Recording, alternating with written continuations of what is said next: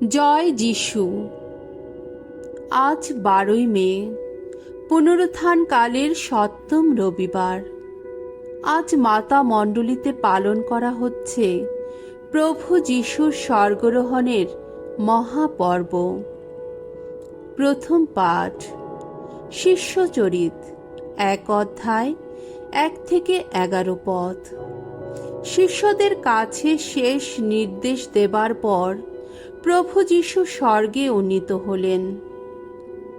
প্রিয় থেওফিল, আমার প্রথম গ্রন্থে আমি লিখেছিলাম যিশুর সমস্ত কাজকর্ম ও উপদেশ সম্বন্ধে, আরম্ভ থেকে সেই দিনটি পর্যন্ত যেদিন তিনি পবিত্র আত্মার প্রেরণায় প্রবুদ্ধ হয়ে তার মনোনীত প্রেরিতদূতদের নানা নির্দেশ দেওয়ার পর শেষে ঊর্ধ্বলোকে উন্নীত হয়েছিলেন। তার যন্ত্রণাময় মৃত্যুর পরে প্রেরিতদূতদের দেখা দিয়ে তিনি যে জীবিত আছেন তার অনেক প্রমাণ তাদের সামনে তুলে ধরেছিলেন। 40 দিন ধরে তিনি বারবার তাদের দেখা দিয়েছিলেন আর ঐশ্ব রাজ্য সম্বন্ধে নানা কথা বলেছিলেন। সেই সময় একদিন তিনি যখন তাদের সঙ্গে ছিলেন, তখন তিনি তাদের এই নির্দেশ দিয়েছিলেন, তোমরা এখন জেরুসালেম ছেড়ে চলে যেও না। পিতার যে প্রতিশ্রুতির কথা তোমরা আমার কাছে শুনেছ, সেই প্রতিশ্রুতি পূর্ণ হওয়ার জন্যে তোমরা অপেক্ষা করো। কারণ জুহন্ত জল দিয়ে মানুষকে দীক্ষা স্নাত করেছেন, তোমরা কিন্তু অল্প দিনের মধ্যে পবিত্র আত্মায় অবগাহিত হয়েই দীক্ষা স্নাত হবে। তাই একদিন তারা সকলে যখন এক জায়গায় রয়েছেন, সেই সময় প্রেরিতদূতেরা যিশুকে জিজ্ঞেস করলেন, প্রভু, এখনই কি আপনি ইসরায়েল জাতির জন্যে আবার রাজ্য প্রতিষ্ঠা করবেন? তিনি উত্তর দিলেন, কোন কোন সময়ে বা লগ্নে কি কি ঘটবে সেই বিষয়ে পরম পিতা তার নিজের অধিকারে যা স্থির করে রেখেছেন তা তোমাদের জানাবার নয়। তবে পবিত্র আত্মা তোমাদের ওপর নেমে এলে তোমরা কিন্তু শক্তি লাভ করবে। তখন জেরুসালেমে, সমগ্র জুদেয়ায় ও সামারিয়ায় এবং পৃথিবীর শেষ প্রান্ত পর্যন্ত তোমরা আমার সাক্ষী হবে। এই কথা বলার পর তিনি তাদের চোখের সামনে ঊর্ধ্বে উন্নীত হলেন এবং একটি মেঘ এসে তাকে তাদের দৃষ্টির আড়ালে নিয়ে গেল। তিনি এইভাবে চলে যাচ্ছেন আর তারা আকাশের দিকে এক দৃষ্টে তাকিয়ে আছেন। এমন সময় হঠাৎ সাদা পোশাক পরা কারা দুজন তাদের পাশে এসে দাঁড়ালেন।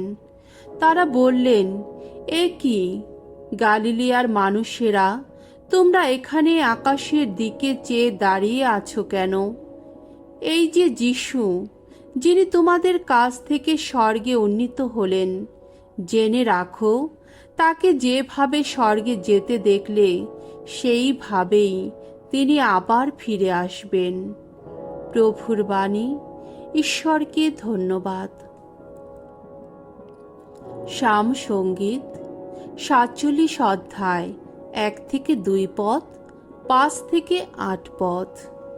ধো, দেখো, ঊর্ধ্বলোকে চলেছেন প্রভু, চতুর্দিকে বিপুল জয়ধ্বনি। সর্বজাতি করতালি দাও, আনন্দের করতানে ঈশ্বরের জয়ধ্বনি করো। পরাৎপর ভগবান তিনি, আহা মহাভয়ঙ্কর তিনি, তিনি বিশ্ব জগতের মহিয়ান অধিরাজ। চতুর্দিকে জয়ধ্বনি, ওই ঊর্ধ্বে চলেছেন স্বয়ং ঈশ্বর। চতুর্দিকে তুর্যধ্বনি, আহা ঊর্ধ্বে চলেছেন স্বয়ং ভগবান। স্তব গান করো, ঈশ্বরের উদ্দেশ্যে স্তব গান করো। স্তব গান করো, আমাদের রাজার উদ্দেশ্যে স্তব গান করো। বিশ্বজগতের অধিরাজ স্বয়ং ঈশ্বর। আহা, শ্রোত্র গেয়ে সে কথা সকলকে জানাও। ঈশ্বর সমস্ত জাতির ওপর রাজত্ব করেন। ঈশ্বর তার পুত্র সিংহাসনে সদা সমাসীন। দ্বিতীয় পাঠ, এফেসীয়দের কাছে প্রেরিত পলের পত্র, 4 অধ্যায় 1 থেকে 13 পদ। আমরা হয়ে উঠতে পারব সেই পূর্ণ গঠিত মানুষ, যার মধ্যে রূপায়িত স্বয়ং খ্রিস্টেরই পরম পূর্ণতা। প্রিয়জনেরা, প্রভুর জন্যে বন্দী আমি তোমাদের কাছে একান্ত আবেদন জানাচ্ছি। ঈশ্বর যে আহ্বান তোমাদের জানিয়েছেন, তারই উপযুক্ত হোক তোমাদের আচরণ। সব সময় তোমরা নম্র, কোমল প্রাণ ও সহিষ্ণু হয়ে থাকো। গভীর ভালোবাসায় পরস্পরের প্রতি ধৈর্যশীল হও তোমরা। পবিত্র আত্মা তোমাদের মধ্যে যে ঐক্য এনে দিয়েছেন, তোমরা শান্তির বন্ধনেই সেই ঐক্য বজায় রাখতে আপ্রাণ চেষ্টা করো। তোমাদের আহ্বান করে ঈশ্বর তোমাদের সকলেরই সামনে যে আশা তুলে ধরেছেন, সেই আশা যেমন এক, তেমনি খ্রিস্টের সেই দেহটিও এক, আর পবিত্র আত্মাও এক। প্রভু এক, খ্রিস্ট বিশ্বাসও এক, দীক্ষা স্নানও এক।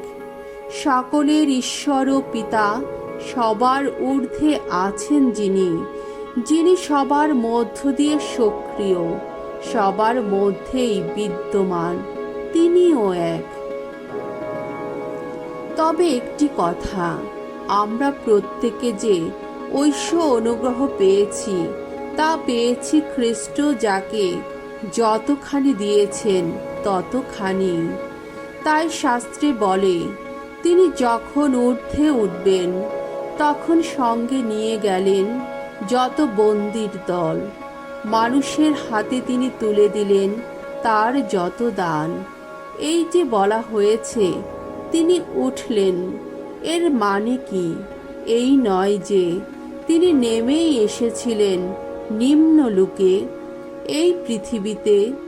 যিনি নেমে এসেছিলেন, সেই তিনি নিখিল স্বর্গলোকের ঊর্ধ্বে উঠলেন, বিশ্বের সব কিছু পূর্ণতায় মণ্ডিত করবেন বলে। তারই দেওয়া ক্ষমতায় কেউ কেউ হয়ে উঠেছে প্রেরিত দূত, কেউ কেউ প্রবক্তা, কেউ কেউ আবার মঙ্গল সমাচার প্রচারক কিংবা গণপালক বা শিক্ষাগুরু, যাতে পূর্ণ জনেরা খ্রিস্টীয় সেবা কর্মের জন্যে যথার্থই উপযুক্ত হয়ে উঠতে পারে, আর এইভাবে গড়ে তুলতে পারে খ্রিস্টের সেই দেহটি। তাহলে আমরা সবাই মিলে শেষ পর্যন্ত সেই ঐক্যের লক্ষ্যে পৌঁছাতে পারব, যে ঐক্য আমাদের ধর্মবিশ্বাস এবং ঈশ্বর পুত্রের সম্বন্ধে আমাদের ধর্মজ্ঞানের ভিত্তিতেই প্রতিষ্ঠিত। তাহলে সবাই মিলে হয়ে উঠতে পারব সেই পূর্ণ পরিণত মানুষ, সেই পূর্ণ গঠিত মানুষ, যার মধ্যে রূপায়িত স্বয়ং খ্রিস্টেরই পরম পূর্ণতা। প্রভুর বাণী। ঈশ্বরকে ধন্যবাদ। বাণী বন্দনা। জয় মৃত্যুঞ্জয়, জয় তোমারই জয়। সকল জাতির নর নারীকে আমার শিষ্য করো, যতদিন না জগতের শেষ হয় আমি তোমাদের সঙ্গে সঙ্গে আছি। মঙ্গল সমাচার। মার্ক রচিত মঙ্গল সমাচার, 16 অধ্যায় 15 থেকে 20 পদ। প্রেরিত দূতদের প্রতি প্রভু যিশুর শেষ নির্দেশ, তার স্বর্গরোহণ। 11 জন প্রেরিত দূত যখন একসঙ্গে খেতে বসেছেন, তখন যিশু তাদের কাছেই দেখা দিলেন। তিনি তাদের বললেন, তোমরা জগতের সর্বত্রই যাও। বিশ্ব সৃষ্টির কাছে তোমরা ঘোষণা করো মঙ্গল সমাচার। যে বিশ্বাস করবে আর দীক্ষা স্নাত হবে সে পরিত্রাণ পাবে, যে বিশ্বাস করবে না সে কিন্তু শাস্তি পাবে। যারা বিশ্বাস করবে তাদের সমর্থনে তখন ঘটতে থাকবে এই সব অলৌকিক ঘটনা। তারা আমার নামে অপদূত তাড়াবে, তারা নতুন নতুন ভাষায় কথা বলবে, তারা হাতে করে সাপ তুলবে, আর মারাত্মক বিষ খেলেও তাদের কোনো ক্ষতি হবে না। তারা রুগীদের ওপর হাত রাখলে রুগীরা ভালো হয়ে উঠবে। এই কথা বলার পর প্রভু যীশু স্বর্গে উন্নীত হলেন। সেখানে তিনি ঈশ্বরের ডান পাশেই আসন নিলেন। আর সেই 11 জন সর্বত্রই বাণী প্রচার করতে বেরিয়ে পড়লেন। প্রভু তাদের সমস্ত কাজের সহায় ছিলেন। বাণী প্রচারের সঙ্গে সঙ্গে যেসব অলৌকিক ঘটনা ঘটতে থাকত তার মধ্য দিয়ে তিনি সেই বাণীর সত্যতা সুপ্রতিষ্ঠিত করতেন। প্রভুর মঙ্গলময় বাণী। খ্রিস্ট প্রভু তোমার প্রশংসা হোক।